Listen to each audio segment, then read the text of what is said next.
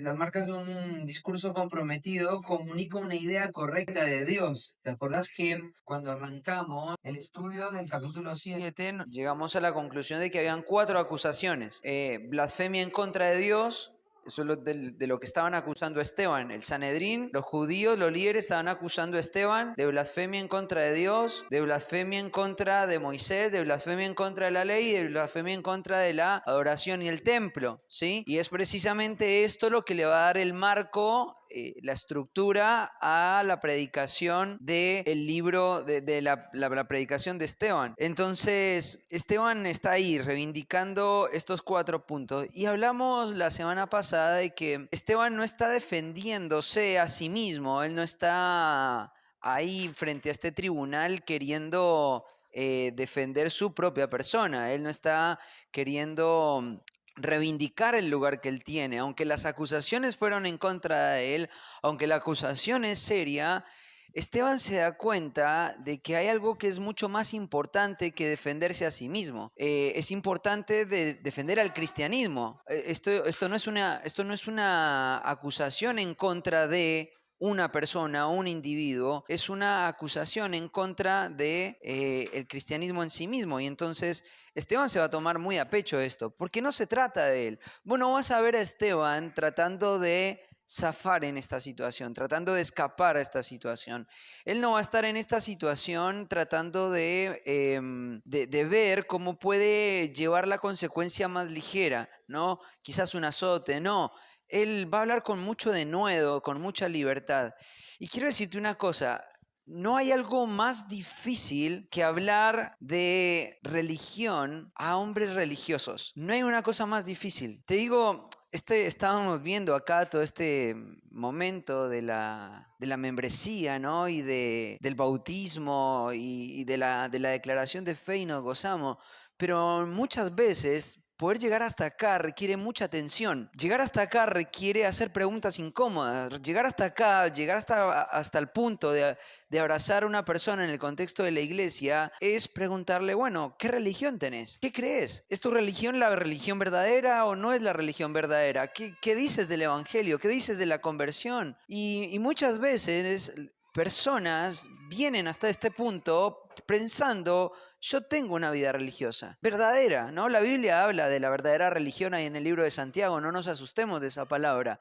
Hay una verdadera religión, hemos creído la verdadera religión en el cristianismo, ¿no? Y entonces no hay cosa más difícil que eso, que hablarle a una persona religiosa y de exponer la falsa religiosidad de una persona. Hay un dicho que dice que de política y de religión no se habla en la mesa, ¿no? ¿No han escuchado eso? ¿Sabes por qué dicen eso? Porque tanto la política como la religión hablan de las cosas que vos vas a poner por encima de tu vida para que te dirijan. Entonces es un tema muy sensible, es un tema muy sensible. Y hablarle a personas religiosas de su religión y exponer y ver si su religión es verdadera es un tema muy difícil de hacer. Y esto es lo que Esteban estaba diciendo. Y la última vez que pasamos por el primer argumento, y es el cristianismo cree en el verdadero Dios, los judíos no, era una acusación que ya generaba un fervor adentro, ¿no?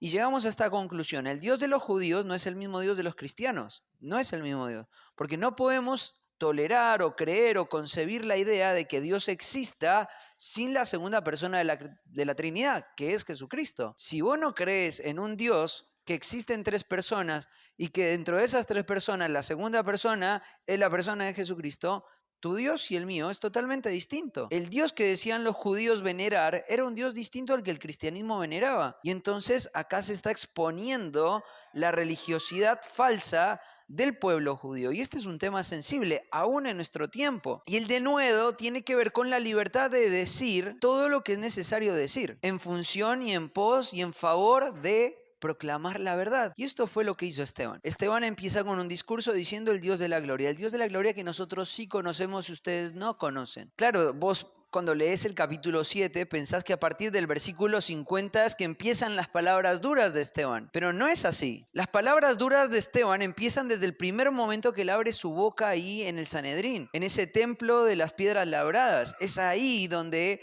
las palabras duras empezaron y ahí Esteban estuvo confrontando. El Dios que ustedes tienen no es el mismo Dios que nosotros creemos. El Dios que la iglesia cristiana cree es el Dios de la gloria. Ustedes tienen un Dios que ustedes han formado de acuerdo a sus presuposiciones, prejuicios y complacencias, sus beneficios. Y entonces esto es lo que vimos la semana pasada, ¿no? Ahora, hay ciertos elementos que quiero destacar acá que son importantes para poder seguir ahondando. A mí no me gusta decir profundizar, porque a veces cuando hablamos de profundizar la palabra suena como a que en el primer siglo había este concepto, ¿no? De que la verdad de Dios era para un grupo de iluminados, que podían, por ese estado de iluminación sobrenatural o mística, podían comprender más la verdad, ¿no? Ahí Iván estuvo leyendo Colosenses y una de las cosas que Pablo hace mucho énfasis en la iglesia de Colosas es que el conocimiento es algo que está al acceso de todo creyente. No hay niveles de profundidad. A mí me gusta hablar de precisión. Este tema de la profundidad escritural tendríamos que erradicarlo porque suena medio místico. Y es más, este concepto de profundidad fue por mucho tiempo un concepto místico en la iglesia. Y nosotros no estamos hablando de profundidad, estamos hablando de precisión. Y entonces acá lo que Esteban está haciendo es eso, está agarrando los textos del Antiguo Testamento y los está precisando. Y entonces la precisión de Esteban lo lleva al punto de decir: el Dios de ustedes y el Dios mío no es el mismo. Y ahí empieza, ¿no?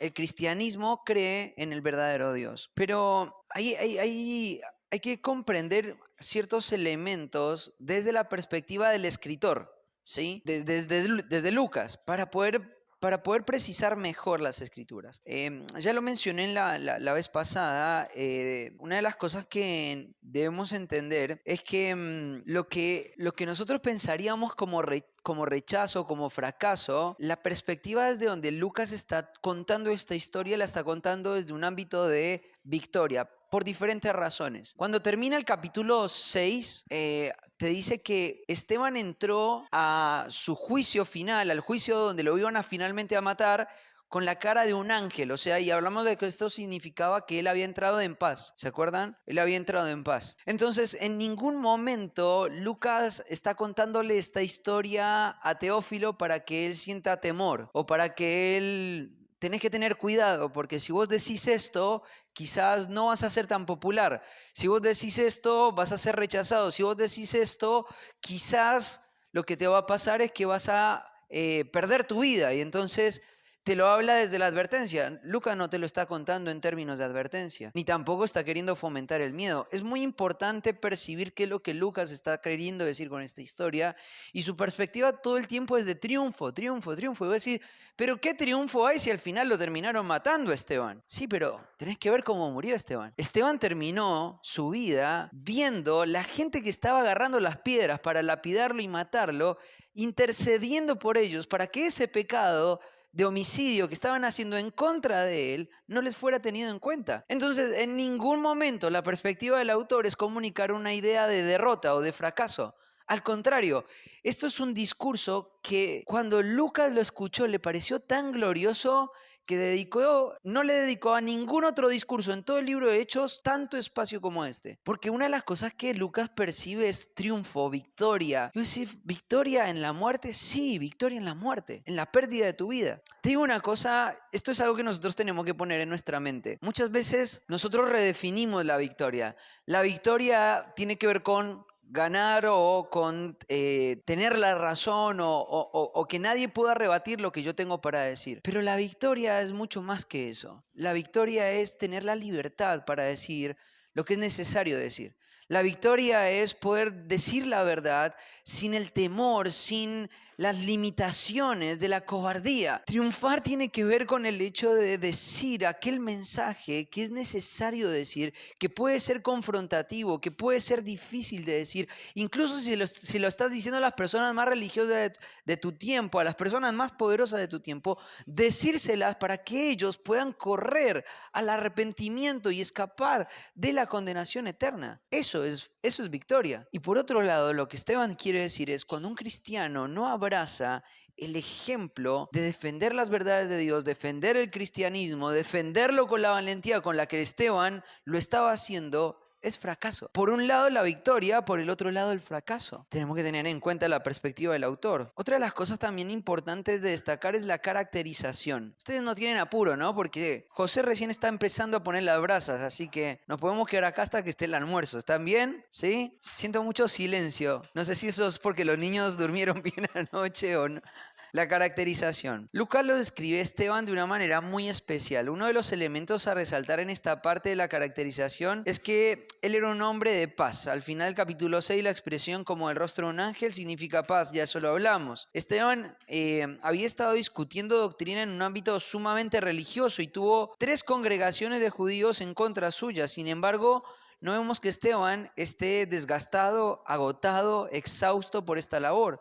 Todo lo contrario, lo vemos con un alto nivel de paz, aun cuando llega al Salón de las Piedras Labradas. Pero esto no solo se vio acá, sino que también se vio en su martirización. Esto es muy importante también entender, no solamente entender la perspectiva del autor, sino ver cómo Lucas lo está caracterizando. Esto es lo que nosotros le llamamos en la interpretación de la narrativa como los diferentes elementos que componen el significado del texto. Entender la narrativa histórica es como ir al teatro. ¿Alguna vez fuiste al teatro? Sí, yo fui al teatro una vez. Y te sentás ahí a ver al teatro y vos estás viendo, cuando vos lees la Biblia, lo que estás haciendo es como sentarte en la silla del teatro. Vos pagaste el pasaje y empezaste a leer y es como que estás viendo la escena ahí, ¿no? Quizás percibís mucho de la escena, pero no conoces todos los elementos. Entonces imagínate que te compras un ticket, no sé, el Platinum, uno que te deja hacer lo que quieras en esa obra de teatro. Y entonces vos querés saber más de esta obra. Y entonces te vas a levantar de tu silla y ya no solamente la vas a ver sentado desde tu silla, sino que vas a subir al escenario y vas a empezar a interactuar con los actores. Y vas a preguntarle, ¿vos cómo te llamas? ¿Y por qué estás diciendo esto? Y vas a empezar a escuchar sus diálogos. Y vas a ver el escenario, vas a ver el lugar donde se encuentran. Y entonces vos vas a poder entender con mucho más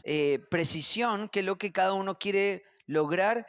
Y vos vas a ver que cada actor tiene una caracterización. Cada actor tiene una caracterización. En el libro de los Hechos, Lucas ha puesto personas de manera específica y las ha caracterizado. Y esto es muy importante. Y entonces vos estás ahí y en la interpretación bíblica subiste el escenario y de repente le preguntás a Esteban, bueno, Esteban, ¿cuál es tu carácter? ¿Qué es lo que vos vas a comunicar en esta obra de teatro? Y entonces una de las cosas que Esteban te va a decir es, yo estoy acá en esta obra de teatro para representar un hombre de paz, un hombre de dominio propio, un hombre de claridad escritural. Pero el elemento más destacable de este carácter es la paz. Si vos, por ejemplo, te vas a otros escenarios y te encontrás con ese hombre que se llamaba José, que tenía un apodo que era el hijo de consolación, Bernabé. Una de las cosas que te va a decir, si subieras al escenario, Bernabé te diría, bueno, mi función es comunicar compasión. Pero en el caso de Esteban es paz, paz, de principio a fin es paz. Él tiene mucha paz. Y esto es interesante porque este carácter que Lucas está destacando es una paz que no depende de las circunstancias. Esta semana estaba hablando con una persona que está muy perturbada en su alma, sumamente perturbada en su alma, continuamente perturbada en su alma. Es tanta la perturbación que esta persona tiene, que esta persona tiene situaciones como las que nos contaba Has, ¿no? Ataques de pánico, depresión, tristeza. Y él me decía, me quiero ir del país, porque ya no tolero más la situación del país, no soporto esto, necesito tener paz. Y sé que si no me voy a un país de primer mundo, no voy a tener paz. Y esto es una mentira. La paz no es algo que puede generar tu entorno. ¿Sabes cómo lo sé? Porque Esteban no estaba en un entorno tranquilo, en un entorno favorable, en un entorno donde quizás él iba a poder estar contenido, lleno de amor. No, las circunstancias, el escenario no determina la paz. Si vos estás buscando paz, tenés que entender que el único lugar donde vas a encontrar paz es en la verdad.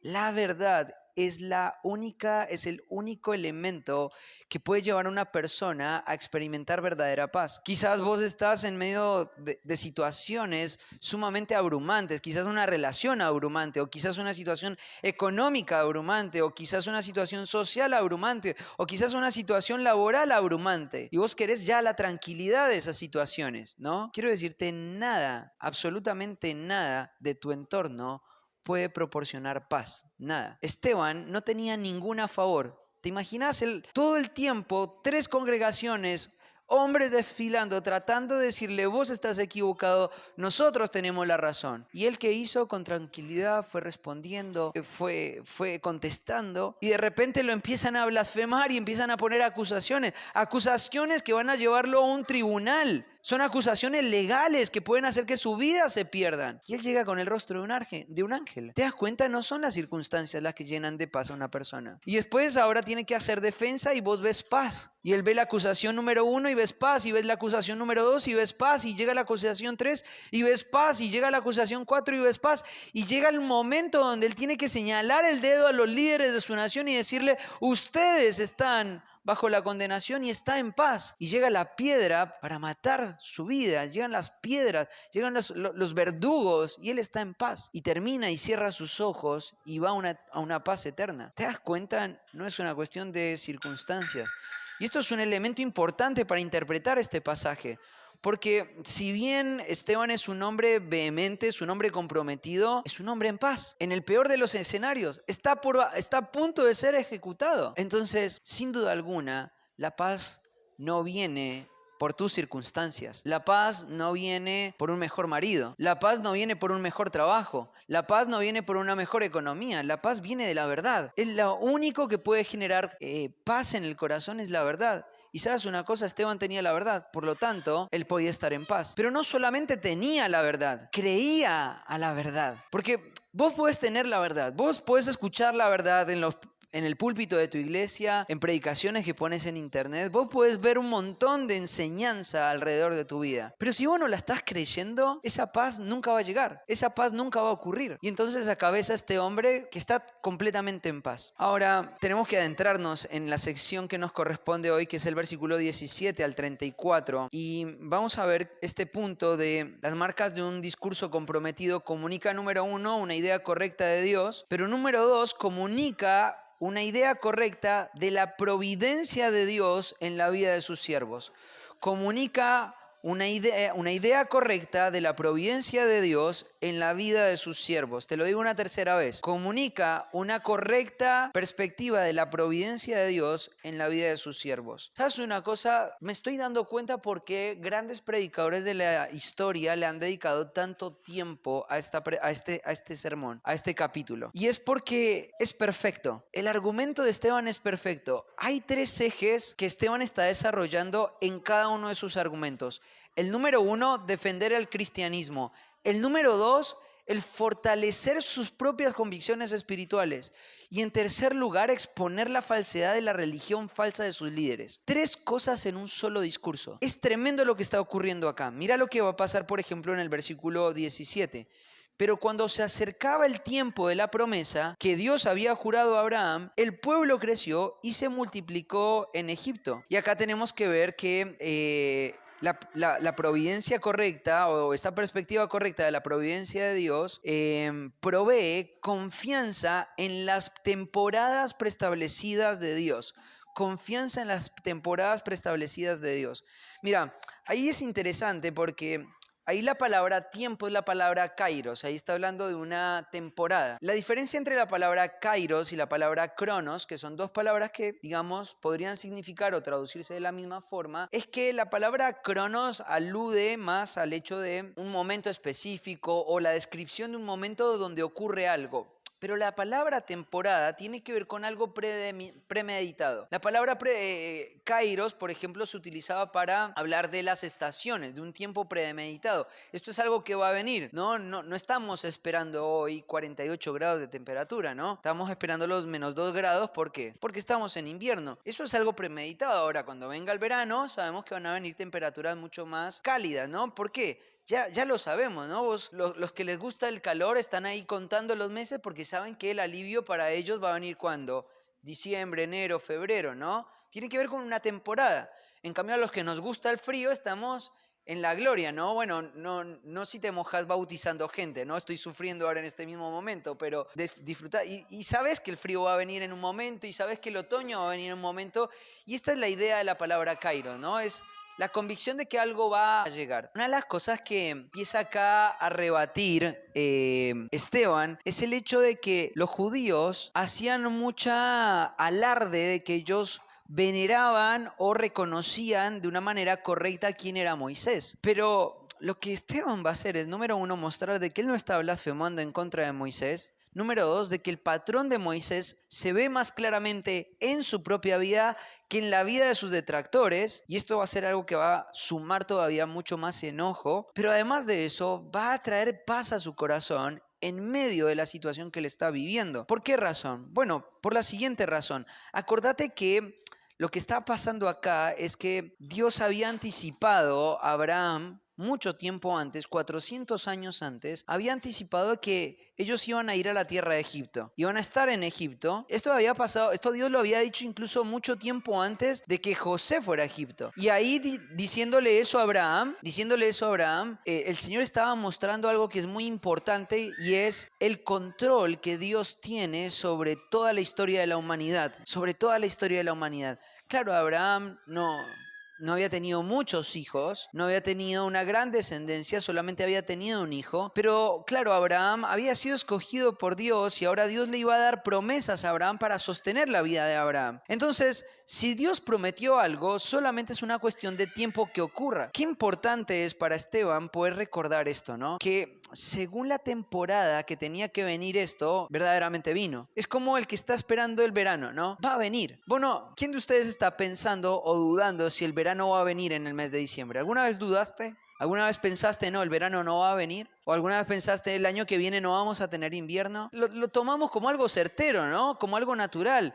No es que yo tengo que venir acá y decirte, te voy a dar los 20 argumentos de por qué el invierno empieza el 21 de junio. No te tengo que explicar eso, ¿no? Vos simplemente lo asimilás como algo normal.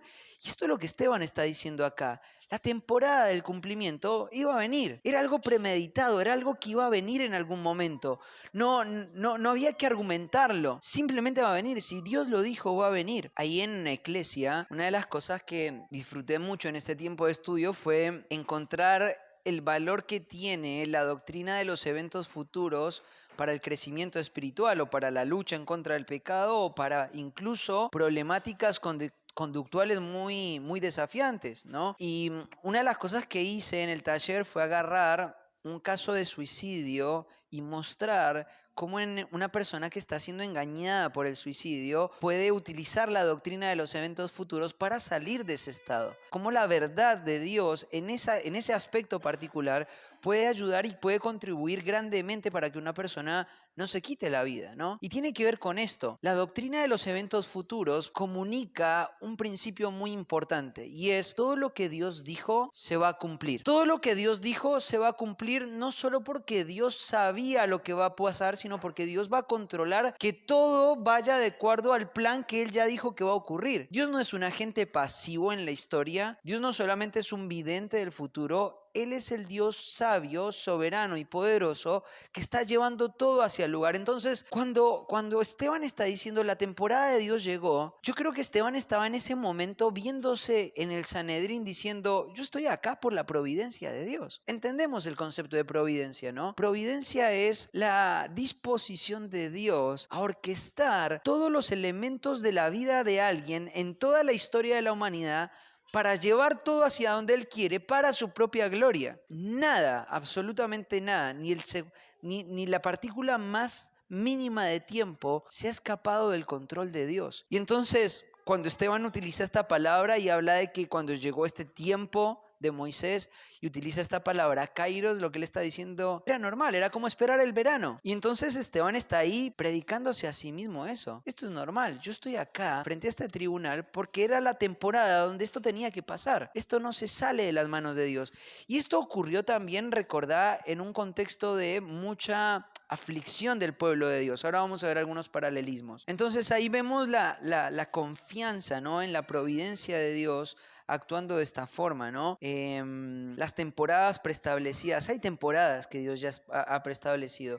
Ha preestablecido momentos donde hay grande gozo y vemos la iglesia crecer, y vemos temporadas de gran aflicción, como por ejemplo el tener que probar tu fe en un tribunal con 71 jueces que están dispuestos a quitarte la vida, ¿no? Y entonces llegó la temporada, llegó ese momento. La exposición de Esteban se está moviendo hacia adelante. En esta ocasión vamos a ver que Esteban va a defender que él va a poner por delante la perspectiva que el mundo cristiano tiene acerca de Moisés, ¿no? Hay un comentario interesante de un hombre que se llama Stephen Olford, un escritor, uno de mis escritores favoritos, en su libro de predicación expositiva. Mira lo que él dice del sermón de Esteban. Dice: el sermón de Esteban, como se registra en Hechos 7, fue un trato expositivo de porciones históricas de Génesis y Éxodo. Bueno, esto es otro de los temas interesantes de este pasaje. Acá Olford toma el discurso de Esteban y muestra de que esto no es solamente un recitar del Antiguo Testamento, es una exposición, y esto es lo que está diciendo. Ahora, el discurso se mueve hacia adelante, dice ahí la palabra jurado, ¿no? Que Dios había jurado. Esa palabra jurado es una palabra interesante, que la palabra homologomen, que estamos diciendo lo mismo, que puede traducirse como declarar, es usada, por ejemplo, en Mateo 26, en un sentido negativo, cuando se dice que Pedro iba a negar al Señor. En un sentido negativo, se usaba en esta idea, pero acá en el sentido positivo lo que está diciendo es declarar, jurar, ¿no? Esto era algo, la temporada vino porque Dios se lo había anticipado. Esteban está usando esta expresión en el sentido de que tal como el Señor lo había dicho, así se había cumplido. Era solo cuestión de tiempo para que se cumpliera lo que el Señor había prometido. Aunque para los fariseos Moisés era una gran imagen suprema, solamente era una tradición en medio de una religión muerta, llena de costumbres. Desde el principio Esteban exhibió todas sus convicciones acerca de Dios. Aunque los judíos afirmaban creer en Moisés, Esteban estaba demostrando que un cristiano tenía más claridad de quién era Moisés que lo que ellos verdaderamente creían. Es una historia interesante. Hay una afirmación de un hombre que se llama John Phillips que dice: el ojo de Dios siempre está puesto en el reloj. Él hace las cosas según sus tiempos determinados. ¿Sabes una cosa? Algo que hace tener una idea correcta de la providencia de Dios, y el arrancar con esto, es que cuando vos tenés claridad del carácter soberano de Dios, tenés claridad de la sabiduría de Dios, no importa, como te dije al principio, la circunstancia que estás viviendo. Cuando vos tenés confianza, esto es lo que Dios quiso para mí, esto es lo que Dios deparó para mí, entonces eso es lo que puede llevar a una persona a tener mucha paz. ¿Sabes una cosa? Los judíos estaban acusándolo a Esteban de blasfemar en contra de Moisés. Y ahora Esteban va a contar la historia de Moisés y la perspectiva de la providencia divina en la vida de Moisés. Los judíos que lo estaban acusando a Esteban estaban perturbados en su corazón. Ellos estaban haciendo concilios, estaban juntándose entre ellos estaban diciendo: ¿qué vamos a hacer con esto? Ellos estaban plenamente perturbados por todo lo que estaba pasando. Y Gamaliel en un momento, ¿se acuerdan? En un juicio anterior dijo: miren, ¿saben una cosa? Si esto es de Dios no lo podemos frenar. Si esto es de Dios no lo podemos frenar. Y entonces ahí termina el capítulo 4 y ahí como que Lucas empieza a poner más la mirada en las cosas internas de la iglesia, Ananías y Zafira, la murmuración del capítulo 6. Y pareciera que pasaron como un lapso de tiempo donde no hubo problemas significativos desde afuera hacia adentro de la iglesia. Pero en el capítulo 7 vemos que lo que estaba pasando era que los líderes judíos estaban muy perturbados. Entonces, claro, los líderes, por consejo de Gamaliel, aparentemente durante un tiempo se calmaron en las acusaciones, en la persecución, en los juicios, pero los judíos que vivían en ese entonces tomaron las riendas de el pueblo de los líderes. Y ahí es cuando lo vemos a Esteban luchando contra las sinagogas, no contra los ancianos, no contra el Sanedrín, sino contra los ancianos de las sinagogas. ¿Y por qué estaba pasando esto? Bueno, estaba pasando esto porque los líderes habían resuelto dejar que esto pasara, que esto avanzara. Pero ellos estaban perturbados por lo que estaba pasando. Ellos estaban viendo de que estaba el cristianismo creciendo agazapantemente, no lo podían frenar, no lo podían rebatir, trataron de detenerlo por medio del azote, trataron de detenerlo por medio de las prisiones, trataron de detenerlo por medio del debate teológico. No había forma de detener al cristianismo. Entonces, estos 71 hombres están perturbados. La nación, los detractores, están perturbados. Y Esteban está en paz. La mejor evidencia de que Esteban confía en el testimonio de Moisés es que él ve la providencia de Dios en Moisés, en la historia de Moisés. Y entonces, claro, esto es algo que me impacta a mí de una forma muy personal. ¿Por qué? Porque si yo llegase a tener este grado de convicciones en mi vida, te digo, habrían muchas manifestaciones hermosas. Por ejemplo, la paz es la que sobresaldría en todo esto, ¿no? Esteban estaba lleno de paz. El dominio propio, el control, la mansedumbre, la longanimidad serían otro tipo de evidencias claras de que Dios está al control de nuestras vidas, de todo lo que nosotros vivimos. ¿Por qué? Porque yo no estoy perdiendo el control. Dios ya lo tiene el control. Si a mí me arrestaron, si a mí me trajeron, si Dios me puso frente a estas sinagogas a rebatir, si Dios me dio la sabiduría para poder rebatir todo lo que los judíos están diciendo y me trajo hasta acá, y en último término, Dios me quita la vida, bueno, es el plan de Dios. Yo no voy a hacer nada, ni tengo el poder para cambiar el plan y la determinación de Dios. No puedo hacer absolutamente nada. Y eso es algo que trae mucha tranquilidad al corazón del creyente. Eso es algo que trae mucha paz al corazón del creyente. Mira, esta semana estaba hablando con un matrimonio y yo le decía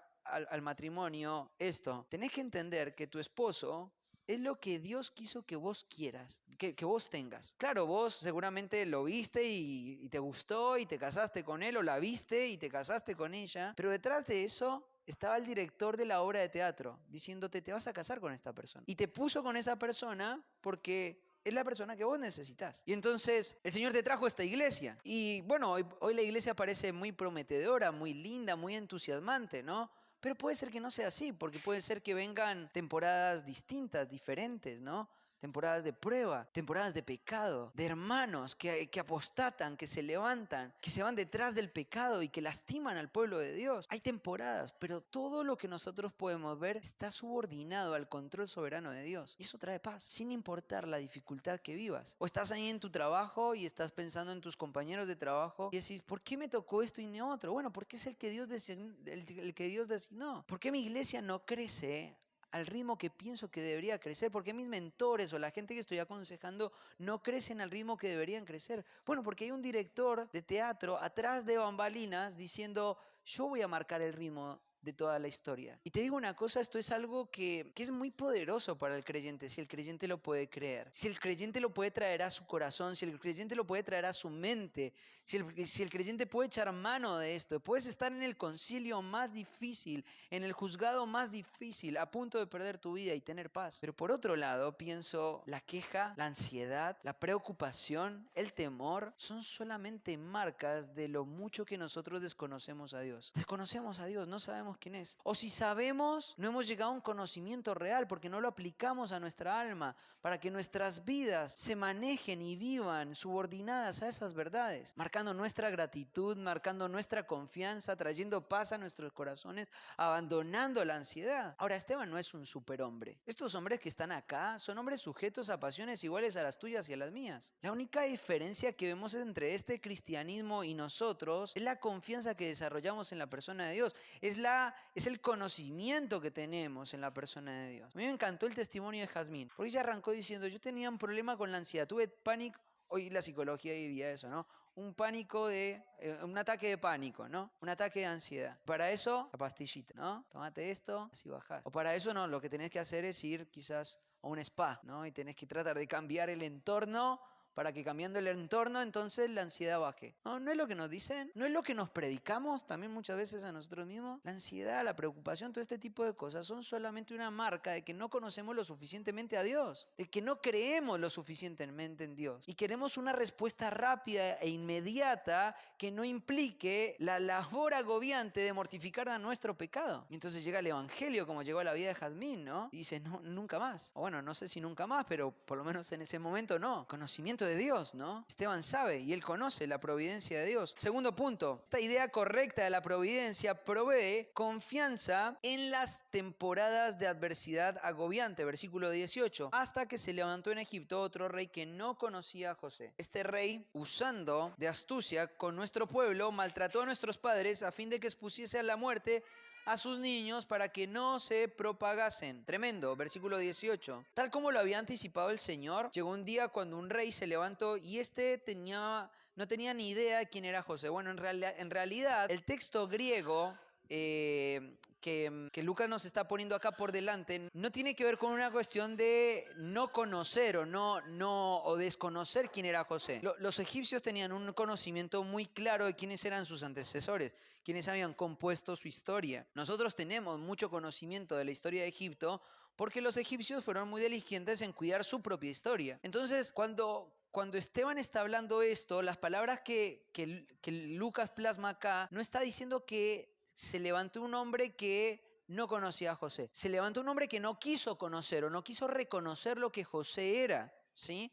Esto no fue una cuestión de desconocimiento o de ignorancia, fue una cuestión intencional lo que estaba pasando acá. Entonces, claro, lo que estás viendo acá no es que las circunstancias solamente... Hay un faraón que dice, yo no quiero reconocer lo que José fue para la nación de Israel, para la nación de Egipto. Y entonces eso lo que hizo fue habilitar su corazón para poder generar una riña en contra del pueblo de Dios, ¿no? Y esto es lo que estaba pasando.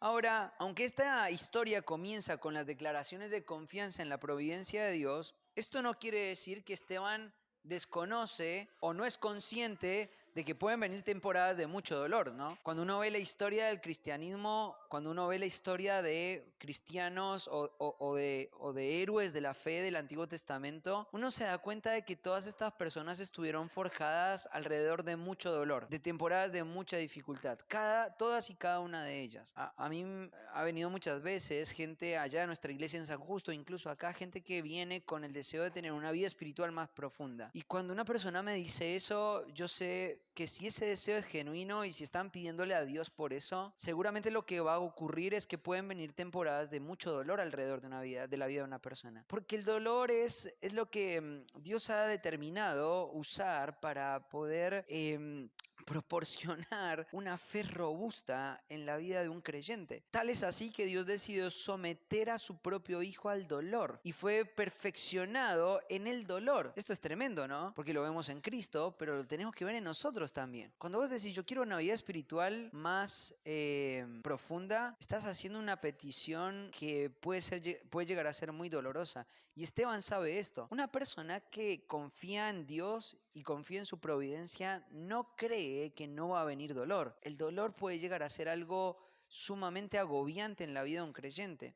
Y sumamente útil también. Ahí en el libro de 2 de Corintios se habla mucho del dolor que Dios ha orquestado en nuestras vidas como un elemento en el cual Dios se glorifica cuando ese dolor que nosotros experimentamos sirve para ser el consuelo de muchas otras personas. Y entonces, cuando vos lo ves el dolor a la luz de la teología bíblica, te das cuenta de que el dolor es una concesión, no es solamente una circunstancia en tu vida. Es una concesión. Eso es lo que dice Filipenses 1:28, de que no fue solamente concedido a causa de Cristo que creáis por Él, sino que también que padezcáis por Él. El dolor es una concesión de Dios.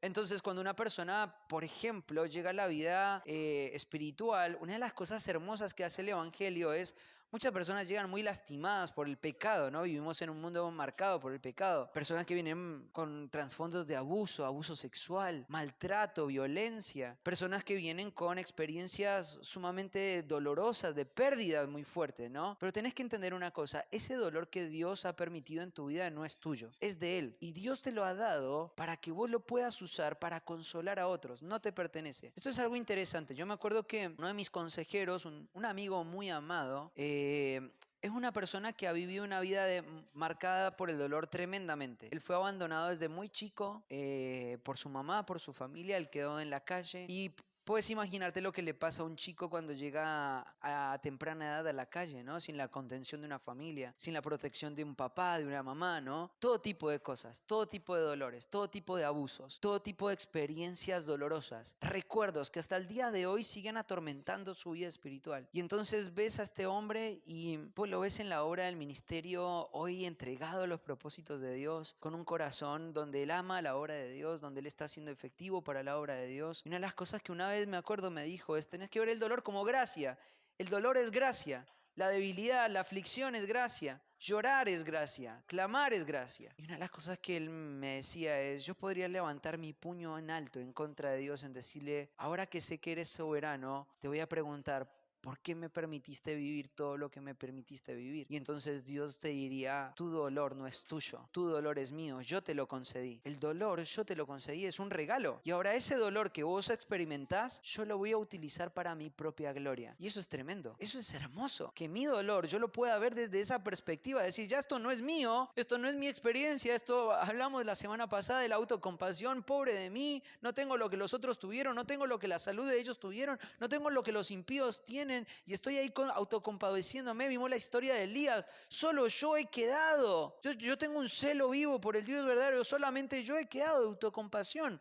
No, el dolor no es tuyo, es una concesión de Dios. Si Dios ha traído dolor a tu vida, consola a otros, porque para eso Dios te lo ha dado. Deja de pensar de que sos importante, lo hablamos la semana pasada. No sos importante en la ecuación. El dolor que Dios ha traído a tu vida no es para vos. No es para que tengas un sentido de autocompasión en tu vida. Dios te ha dado ese dolor ¿para qué? Para que consueles a otros. No es tuyo. Úsalo para la razón para la cual te lo dieron. Servir a otros, consolar a otros. Y entonces el Señor se va a glorificar en esta temporada de mucho dolor.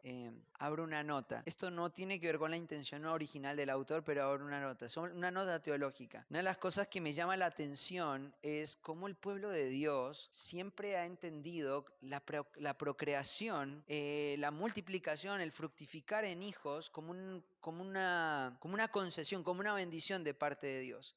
Una de las ideas que, bueno, hemos hablado mucho de este tema con muchos de ustedes, y uno de los argumentos por los cuales hoy no se cree en la fructificación o en el tener muchos hijos es porque se piensan, bueno, quiero darle todo lo que mis hijos tienen. O una de las cosas que, por ejemplo, he escuchado una vez, mira el mundo como está.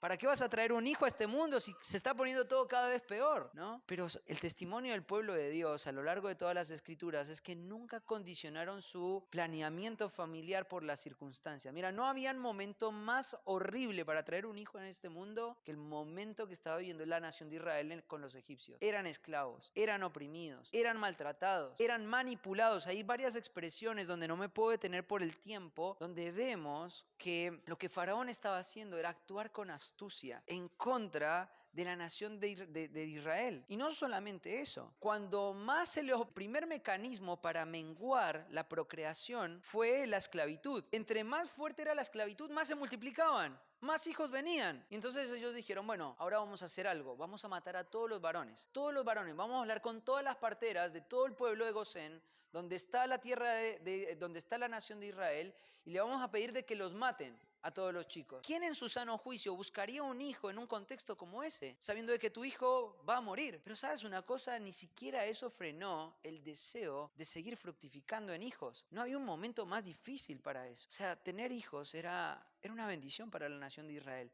Y el pueblo de Dios nunca condicionó este beneficio, esta concesión de Dios, este elemento por ninguna otra cosa en la vida, ni siquiera por el momento más amargo. Y entonces ahí lo tenemos, esta historia, ¿no? Tenemos esta historia. Cierro la nota. Bueno, abro la nota de nuevo. Una cosa que también pienso es, una de las cosas que creo que el enemigo ha tratado de hacer durante mucho tiempo es frenar la multiplicación del pueblo de Dios. ¿Sabes una cosa? Una de las cosas que el enemigo teme es que pase esto que está pasando acá. Que hijos crezcan en hogares donde padres están viendo la palabra como todo suficiente para criar a sus hijos. Cuando el enemigo ve eso, tiembla. Yo me acuerdo latente cuando Mati habló este tema en San Justo, uno siempre se conmovía por esos testimonios de esos hombres que venían de vivir todas sus vidas en las drogas, de estar toda la vida entregado a los placeres, y de repente venía la gracia de Dios y los salvaba y decíamos, ¡wow! ¡Qué testimonio!, ¿no? Y de repente tenías al hijo de un pastor que a los 6 años se había convertido y parecía que tenía más valor esto que el testimonio de esta persona. Pero quiero decirte una cosa, las personas que más han tocado, que han tenido testimonios, que han tocado más la historia de la humanidad con el Cristo, han sido hijos criados en contextos de fidelidad. Pensá en Timoteo. Timoteo era un hombre efectivo. Timoteo era un hombre que estaba al frente de una iglesia sumamente grande, una iglesia tan grande que estaba cambiando la economía de una ciudad como lo era Éfeso. ¿Sabes quién era el pastor de esa iglesia? Un joven que desde pequeño su mamá le enseñó las sagradas escrituras. Su mamá y su abuela le transfirieron su fe. Y fue esa fe lo que Pablo utilizó para que en medio de esa dificultad, este pastor se pudiera sostener en medio de esa iglesia tan desafiante. Y entonces el enemigo sabe y tiembla que cuando hay un pueblo de Dios comprometido con la crianza de los hijos, con muchos hijos, creciendo y expandiéndose y siendo efectivos para el reino, el enemigo tiembla. El enemigo tiembla y entonces, claro, vos ves cómo este efecto trajo, cómo esta filosofía trajo efecto, por ejemplo, hoy en Europa. En Europa se ve claro, vos decís, qué fue lo que pasó donde Francia, por ejemplo, donde fue un lugar donde fue tan trastornada por el Evangelio en la época de la Reforma, como países como Suiza, donde tenemos ahí a Juan Calvino haciendo durante tantos años un ministerio y donde el Evangelio hizo una transformación social tan evidente, como esos países que eran estandartes de la verdad, hoy son países fríos, son el cementerio de los misioneros. ¿Qué fue lo que pasó? Bueno, uno de los factores que afectaron fue las filosofías que fueron impregnando a la sociedad europea para no tener hijos. Tremendo. ¿Sabes una cosa? Esto es algo que tenés que entender una cosa. La capacidad de tener hijos no es solamente una cuestión familiar de preferencia, es una cuestión que está relacionada con el reino de Dios. Y el enemigo tiembla y va a afectar esta forma de pensar. Y te la va a querer condicionar de cualquier forma, porque él sabe que donde se crían hijos en el contexto de padres piadosos, eso puede ser muy amenazante para el reino del Hades. Quizás muchos de ustedes son primera generación de creyentes o son creyentes que han sido criados en contextos de mucho materialismo, de mucha mundanalidad, con principios muy terrenales, y quizás al asimilar este tipo de verdades sea difícil para ustedes. Es difícil para mí también muchas veces. Y estamos ahí en medio de esta tensión en nuestra mente, en nuestras preferencias, en nuestros valores, y entonces tu mente empieza a cambiar y empiezas a abrazar los patrones bíblicos, y si vienen hijos, ¿sabes una cosa? El enemigo va a temblar. Yo me puse a detener, a mí me gusta mucho la matemática. Lo que hice fue tratar de calcular cómo ocurrió que entraran 70 personas, 75 personas a Egipto y salieran casi 2 millones de personas. Y me puse a hacer los números. Bueno, hay contadores, por eso no voy a decir los números, y acá tengo un ingeniero casi de matemática y no quiero hablar de números, pero multiplicación exponencial. No hay otra razón. Pasar de 75 a 2 millones en una nación. ¿Te imaginas 75 en 400 años a 2 millones donde hijos sean criados bajo la lupa y la enseñanza de las escrituras? Eso es avivamiento, sin duda alguna, y esto lo teme el enemigo. Cierro la nota, ¿sí? Bueno, son casi las 2 de la tarde. Vamos a terminar acá.